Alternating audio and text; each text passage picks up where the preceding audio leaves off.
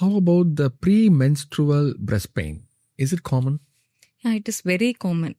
Most of the women will experience, even it may not be there in all the cycles. In some points, they can experience. So people also get anxious about that premenstrual breast pain. It is nothing but it is because of hormonal changes. So some women, it will be very uncomfortable. So they can do some lifestyle changes to reduce the discomfort. They can cut down on caffeine. Including tea, coffee, chocolates, they can reduce and have a balanced meal with fruits and vegetables, less fried items, and regular physical activity can reduce the risk. And using comfortable and well-fitted braces can reduce the risk. Also, many women, like when we say that it is nothing but due to hormonal changes, they'll relax and the pain settles down actually. Otherwise, they'll feel like more pain. Like pain is there. They'll be stressed about it and it'll be like a pain. When does this happen? 5 days before the periods? Yeah, 1 week before the periods. 1 week before the periods. After ovulation, there will be gradually swelling of the breast in response to progesterone, where the milk glands increase in size. So it will be most common during a week before the periods. I'm just going to revisit my anatomy and physiology over here. Okay, I'll educate the audience as well. So the first phase, menstrual cycle, is 28 days on an average. The first 14 days is the estrogen predominant phase.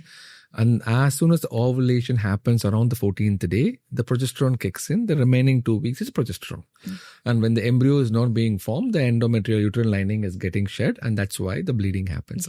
So what you are saying is that in the second half, where the progesterone is there, it is preparing you for possible pregnancy. So, just like how it prepares the endometrium for pregnancy, it also acts on the breast. But people won't connect that and they'll feel anxious about the pain. So for pregnancy, you need milk glands to get developed. So it increases the blood supply to the breast and it gets engorged, and that is where the pain starts.